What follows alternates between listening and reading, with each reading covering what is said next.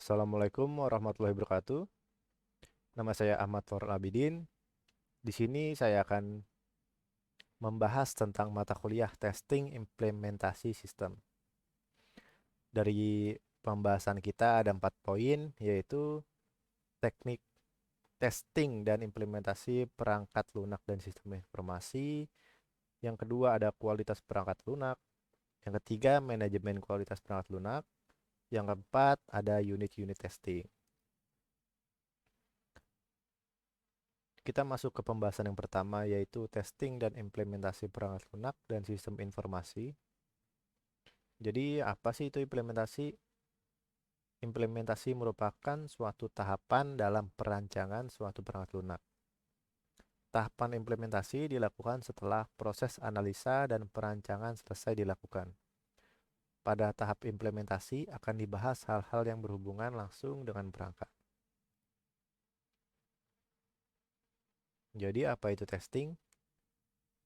Jadi testing itu melakukan pengujian terhadap sistem informasi atau program aplikasi maupun aplikasi sebelum digunakan, menguji dan membandingkan dengan sistem sebelumnya untuk dapat memunculkan suatu keunggulan pada sistem yang lama dan mengurangi kesalahan pada sistem yang baru, supaya sistem yang baru dapat lebih baik daripada sistem yang sudah berjalan.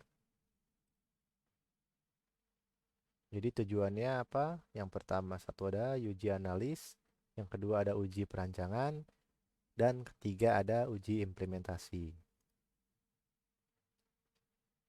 Konsepnya yaitu satu model sistem informasi, yang kedua ada model sistem, yang ketiga ada tahapan analis, yang keempat ada tahapan perancangan, yang kelima keunggulan dan kelemahannya, dan yang keenam ada kasus apa yang dibahas, dan yang ketujuh ada output atau relasi datanya juga. Kita masuk pembahasan kedua yaitu kualitas perangkat lunak.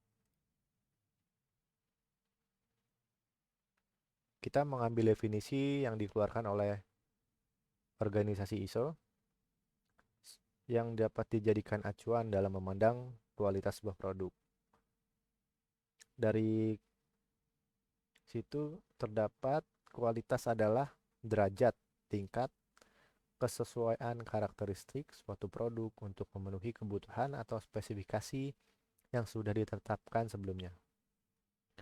Jadi definisi ini mengandung 3 kata kunci utama, yaitu derajat, karakteristik, dan kebutuhan.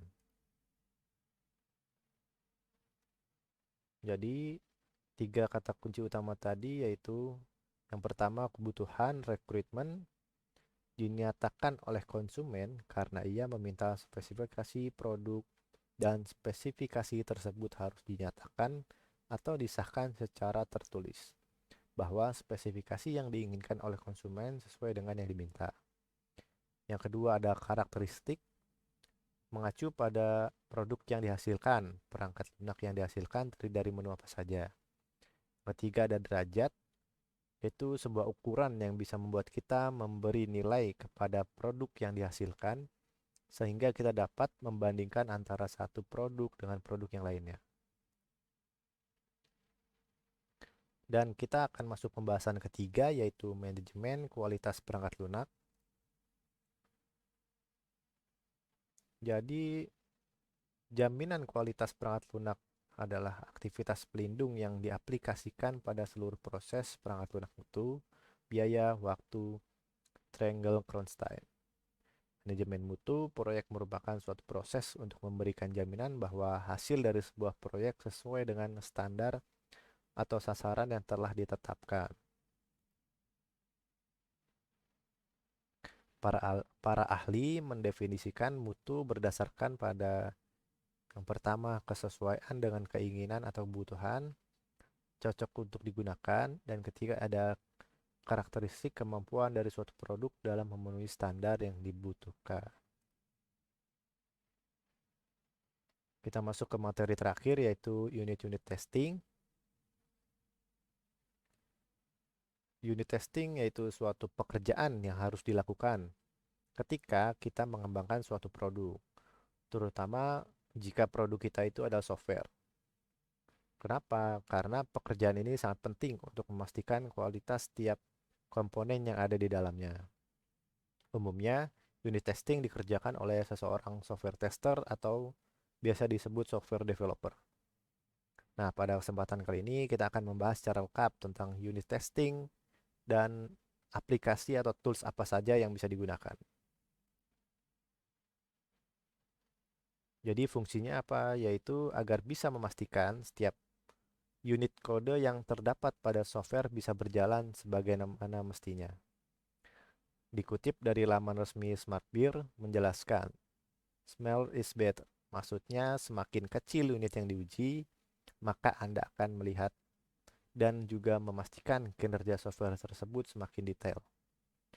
Berdasarkan definisi tersebut, unit testing bisa membantu kita untuk memastikan apakah fungsi atau fitur yang akan kita implementasi sesuai dengan desain yang telah ditentukan sebelumnya. Yang ketiga yaitu ada teknik unit testing. Terbagi menjadi tiga.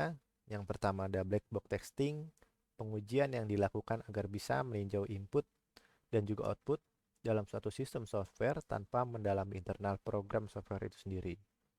Yang kedua ada white box testing, yang biasa disebut dengan transparent box testing atau glass box testing. Suatu pengujian struktur internal, desain, fungsi, dan juga detail implementasi pada suatu aplikasi. Yang ketiga itu ada gray box testing, gabungan dari black box testing dan white box testing. Pengujian ini dilakukan dengan meninjau kesalahan ataupun konteks tertentu yang terdapat pada suatu sistem website. Kita masuk ke tools unit testing. Yang pertama ada JUnit, tools unit testing untuk aplikasi yang menggunakan bahasa pemrograman Java. Dan ada NUnit, framework unit testing untuk aplikasi yang menggunakan pemrograman .NET Framework. Dan yang ketiga yaitu JMockit, tools unit testing untuk aplikasi yang berbasis open source. Ada Emma, tools untuk menganalisis dan melaporkan kode yang menggunakan bahasa pemrograman Java juga. Yang kelima ada PHP Unit, yaitu untuk bahasa pemrograman PHP. Sekian dari materi yang sudah saya sampaikan tentang implementasi sistem. Jika masih banyak-banyak salah dan kata yang tidak bisa diperjelas, saya mohon maaf. Sekian dan terima kasih. Wassalamualaikum warahmatullahi wabarakatuh.